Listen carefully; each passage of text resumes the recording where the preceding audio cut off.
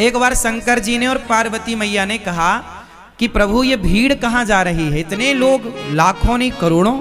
शंकर जी बोले जा रहे हैं सब लोग कुंभ नहाने। तो पार्वती मैया बोली अरे ये तो सब बड़े पुण्यात्मा हैं। शंकर जी बोले नहीं, ये जा जरूर रहे हैं लेकिन ये देखने और दिखाने जा रहे हैं। चलो देख आवे कितना बड़ा मेला भरा है, और दिखाने के जी हम भी गए थे, तुम तो गए नहीं। तो ये देखने और दिखाने जा रहे हैं। पार्वती जी बोली नहीं, ये तो सब भक्त हैं और बड़ी श्रद्धा से जा रहे हैं। प्रभु इन सबको दर्शन दो, जितने भी कुंभ नहा रहे हैं सब पर कृपा करो, सब अच्छे लोग हैं। शंकर जी बोले चलो पार्वती जी आप कह रही हो तो हम चेक कर लेते हैं कि इनमें से कितने लोग कुंभ नहाने आए हैं, कितने लोग पवित्र विचारों से आए हैं, चेक करते हैं। तो जहां से सारे लोग आ रहे थे तो उसी रास्ते पर शंकर और पार्वती एक बुढ़ा बुढ़ी बन करके शंकर जी एक गड्ढे में गिर गए। गड्ढा था गंदा शहर का, वहां पे मलमूत्र इकट्ठा होता था, तो वो गड्ढे में गिर गए। अब गड्ढे में गिरे हैं और गंदगी लगी है शरीर पर। माता पार्वती बूढ़ी सी बन गई। ओ जो गुजरते जाएं, ओ बहन, ओ मैया, ओ भैया हमारे पति गिर गए हैं, थोड़ा बचा लो, हमारे पति की मदद करो, हमारे पति की मदद करो। देखो उन्हें बड़ा कष्ट है, बड़ी भूख लगी है और वो ठंडे में सिकुड़ रहे हैं और वो कष्ट पा रहे हैं, गड्ढे में हमसे निकल नहीं रहे हैं, आप जरा मदद करो।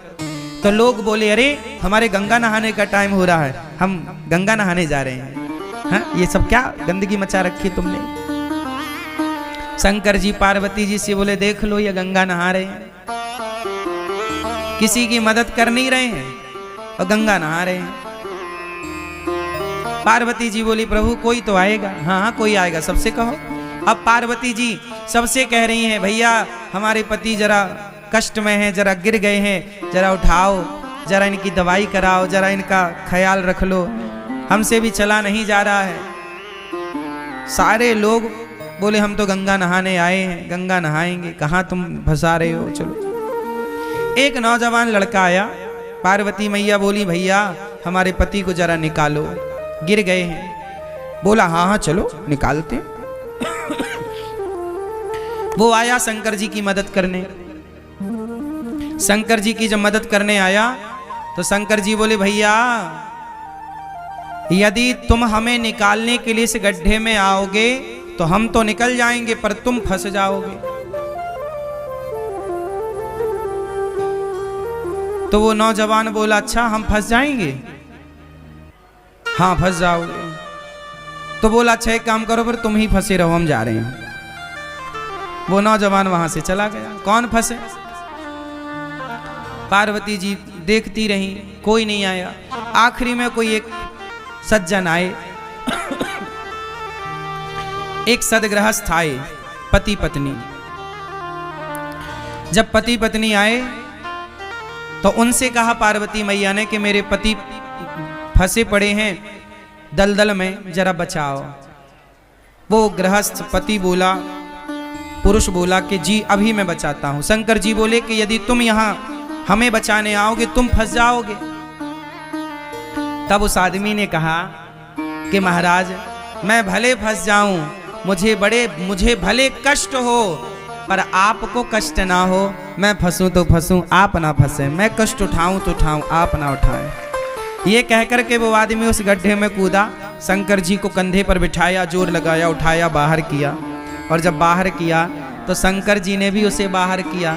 और जब बाहर किया तो भगवान शिव ने पार्वती जी से कहा देखो इस पूरे कुंभ में केवल ये आदमी कुंभ नहाने आया है,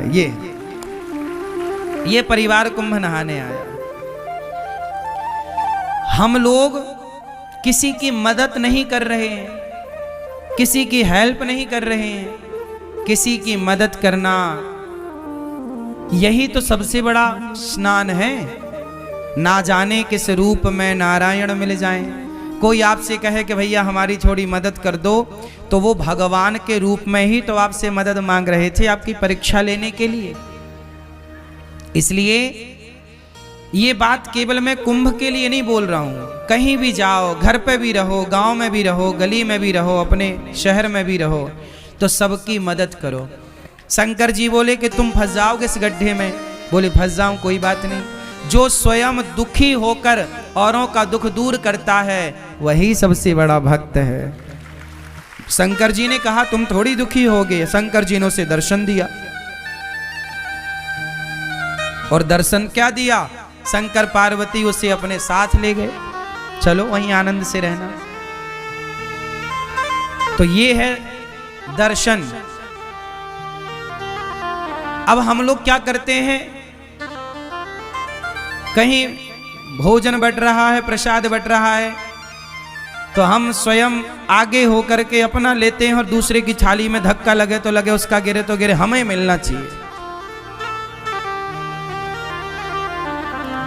मोर पेट हाहू मैं ना देहो काहू। आदमी ये नहीं चाह रहा है कि पहले तुम ले लो, नहीं नहीं, पहले हम। और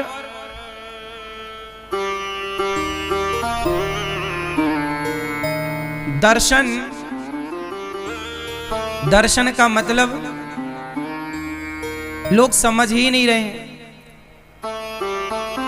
धाम में आओ ना, प्रयाग जी में आओ, वृंदावन आओ, यमुना जी आओ, अयोध्या जी जाओ, जहां भी जाओ वहां क्या करना चाहिए? अच्छा ये बताओ, गंगा जी में जब आप डुबकी लगाए तो किस तरफ मुंह करके डुबकी लगाए? स्नान कैसे करना चाहिए? सुनो, स्नान करने की भी एक विधा है। तीर्थों में स्नान कैसे करना चाहिए? सुनो, सबसे पहले गंगा जी जाओ, तो जाओ कैसे पहले ये समझो। अपने कमरे में ही फ्रेश हो करके आधा स्नान अपने कमरे में कर लो। फ्रेश हो जाओ, थोड़ा आधा स्नान कर लो, क्योंकि गंगा अपने आप में एक मंदिर है। गंगा अपने आप में कौन है? मंदिर। तो मंदिर में हम बिना नहाए जाते हैं कि नहा कर? तो गंगा जी जाने के पहले अपने कमरे में मलमूत्र से निवृत्त होकर के मंजन ब्रश कर लो कमरे में, यहीं पर जो व्यवस्थाएं हैं तंबू में, और स्नान कर लो आधा, क्योंकि शौच करने के बाद नहाना चाहिए। तो कमरे में आधा नहा लो। जो कपड़े पहनकर शौच करो वो कपड़े गीले करना चाहिए, वही कपड़े पहनकर नहीं। तो शौच करने के बाद नहा लो आधा, फिर नहा करके आप फिर गंगा जी जाओ, नहा करके आधा नहा लो, फिर गंगा जी जाओ पवित्र हो करके, फिर वहां जाके सबसे पहले गंगा मैया को प्रणाम करना चाहिए। जाके ये नहीं सीधे पांव डाल दे, नहीं, सबसे पहले गंगा जी के पास बैठ के हाथ से गंगा मैया का पहले तो मस्तक झुकाकर गंगा मैया को प्रणाम करो, फिर हाथों से थोड़ा जल उठाकर सबसे पहले अपने मस्तक पर डालो। कहाँ डालो? अपने मस्तक पर जल डालो। हे गंगा मैया हमारे माथे पर विराजिए। हे गंगा मैया आपकी कृपा से सदा सब लोग सुखी रहें, सब प्रसन्न रहें, और हे गंगा मैया हमारी भक्ति दिनों दिन बढ़े, हम सदा प्रभु का स्मरण करते रहें। एक क्षण के लिए मैं भगवान को कभी भूलूं नहीं। हे गंगा मैया मैं भगवान को कभी भूलूं नहीं। हे नाथ मैं आपको कभी भूलूं नहीं। हे गंगा मैया आखिरी सांस तक मैं आपका दर्शन करने आती रहूं, अपने पांव से चलकर अपनी आंखों से आपको देखती रहूं, और आपकी कृपा से आपका दरस परस करते, भगवान का नाम सुनते सुनते, भगवान की कथा सुनते सुनते मेरे प्राण जाए मैया, यही वरदान दो। आपका नाम जपते जपते, भगवान का गुणगान गाते गाते प्राण जाएं। और ये जो बाल बच्चे हैं, बाल गोपाल हैं, बच्चे हैं, ये भी बड़े होकर सदा आपके प्रति श्रद्धा का भाव रखें, ये भी आपके प्रति प्रेम रखें। गंगा मैया को प्रणाम करो।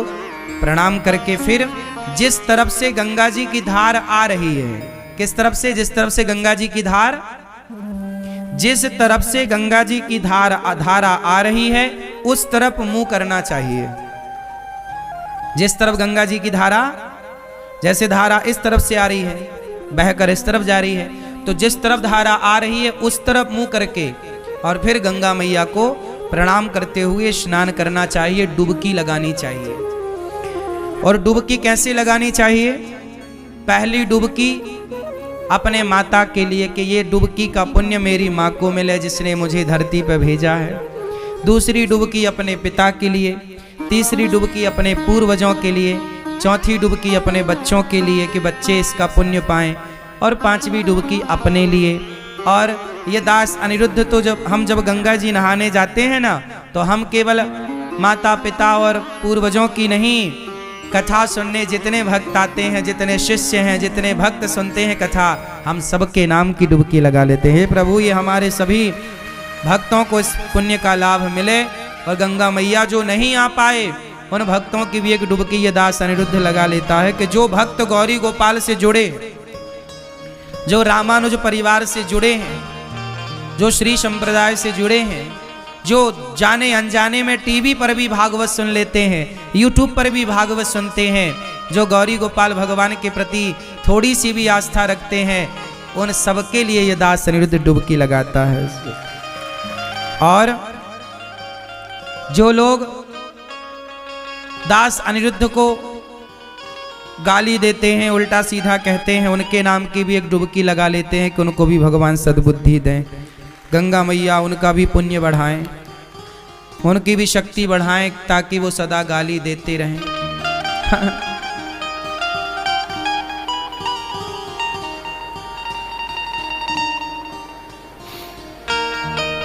क्योंकि बैलेंस बना के चलना चाहिए ना।